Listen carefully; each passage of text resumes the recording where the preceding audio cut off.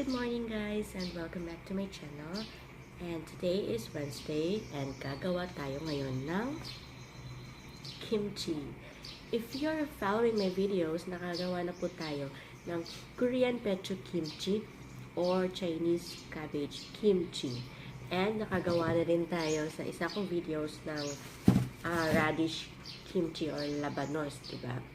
So, today, ang gagawin ko naman ay cucumber or pipino na kimchi. Kasi nung pumunta ako kahapon sa Libertad Market, sobrang saya ko nang makita ko yung mga veggies na ganito ka-fresh and ganito ka-ganda tingnan. So, kahit sa tingin pa lang, ma-fresh na at maganda. So, sigurado na masarap din itong kainin. So, bumili ako ng cucumber. Siguro mga 4 lang siguro. Kasi gagawin natin itong pipino kimchi, cucumber kimchi salad. So, parang ganun. It's very easy guys. Siguro mga 5 minutes magagawa natin ito. Pero, I need to make other kimchi as well. Para, you know, ipamigay sa mga mahal natin sa buhay. So, if you want to watch and to know my recipe, just keep on watching guys. So, unahin na natin sa paghugas ng ating mga pipino o cucumber. So, please wash thoroughly kasi nga hindi na natin babalatan ito. And excuse me sa mga pinggan na hindi pa nahuhugasan. Sorry po. At narito ang mga kailangan nating ingredients o sangkap. Cucumber or pipino, 4 pieces. White onion, so half lang. Onion leaves, 3 to 4 pieces. Garlic, 3 to 4 cloves. Chili powder, 4 to 5 tablespoons. Soy sauce, 2 to 3 tablespoons. Sesame oil, 2 to 3 tablespoons. Sesame seeds, 2 tablespoons. Sugar, 2 to 3 tablespoons. At salt, 1 tablespoon. Next po, hiwain lang natin ng pahaba and into 2 equal parts ang pipino. Sunod po ay i-cut natin ang pipino into smaller size tulad ng nasa video at ihiwain ito ng pahibis.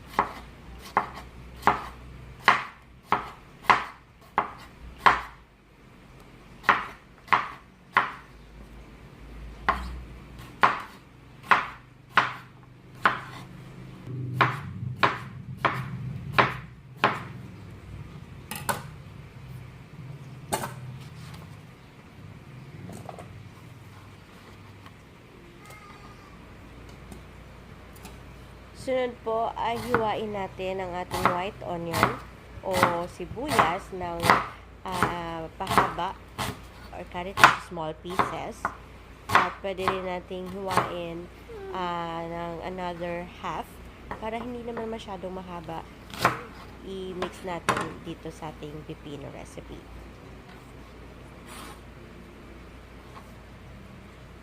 Now, sunod po ay ang ating garlic o bawang. So, nabalatan ko na ito kanina. Hindi na rin po yun sa inyong style kung paano nyo makakat yung ating garlic, yung ating bawang into very fine pieces lang po.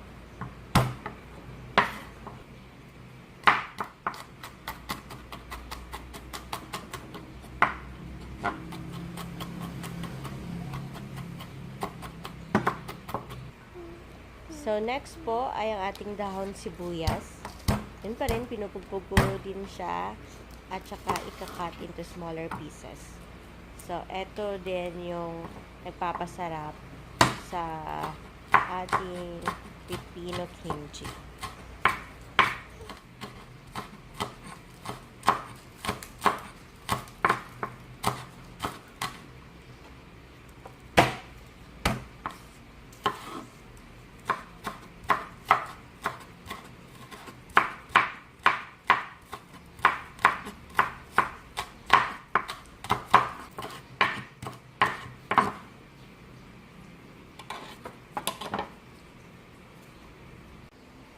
Ngayon naman po ay paghahaluin na natin ang lahat ng mga sangkap at lagyan na natin ng seasoning. So, unahin na natin ang chili powder or Korean chili powder. Pwedeng 2 to 4 tablespoon ang ilagay natin. So, depende na po yun kung gaano kaanghang at gaano ka pula ang inyong gusto.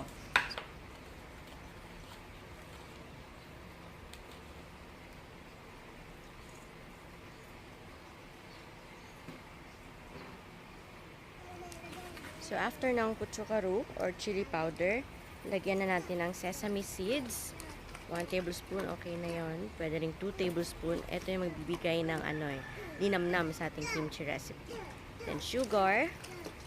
2 to 3 tablespoon din. I prefer to use yung brown sugar kasi mas masarap siya. And then, next is soy sauce. Ito Filipino soy sauce lang yung ginamit ko kasi pwede rin yun.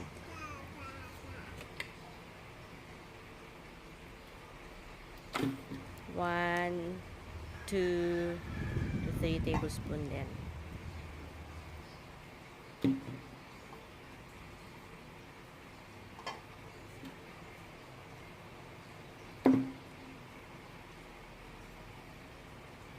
So, after ng soy sauce, lagyan na natin ng sesame oil.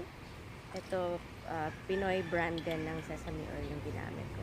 Kasi yung Korean sesame oil, medyo may kamahalan. Yun, 1 or 2 tablespoon. Depende sa inyong panlasa. Yun na yun.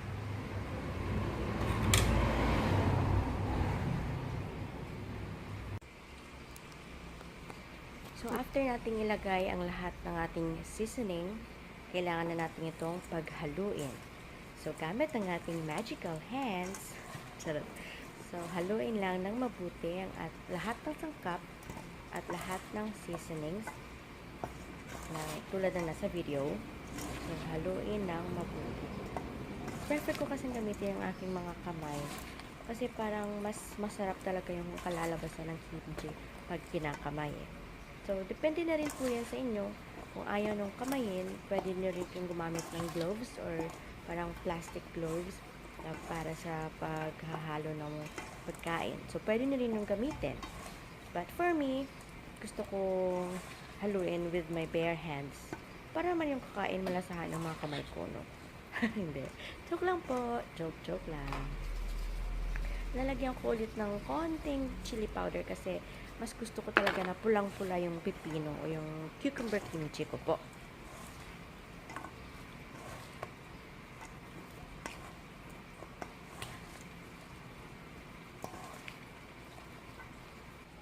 So, eto na po ang final product ng pipino kimchi. Achieve na achieve ang look.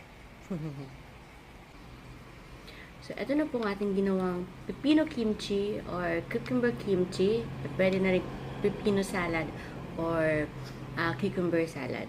So, napaka-simple, napakadali, at napakabango at napakasarap. So, titikman natin ngayon, guys. Kikita niyo po ba?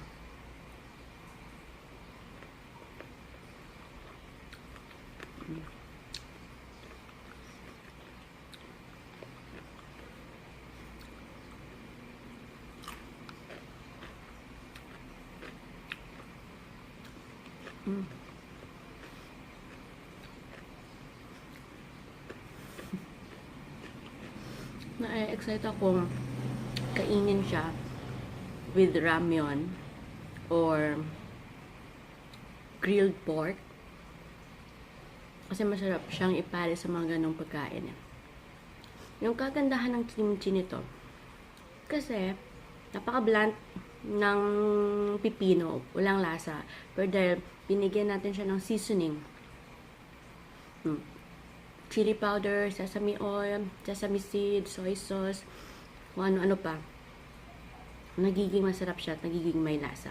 So ngayon, masarap ng kainin si pipino. And at the same time, nakakaganda ng kutis, nakakabata, antioxidant, nakakawala ng stress. So, ano pa hihilingin natin, diba?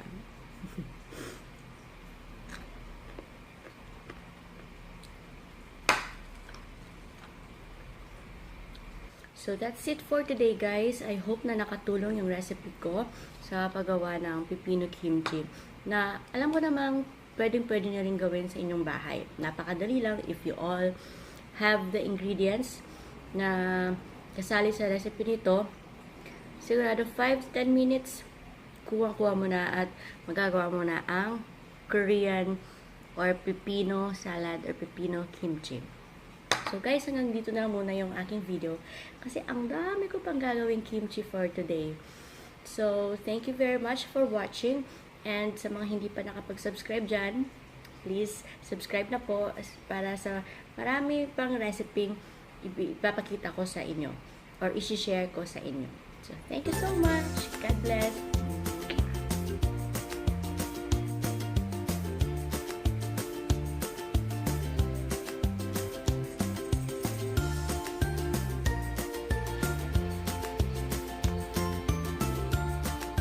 Radish kimchi, cabbage,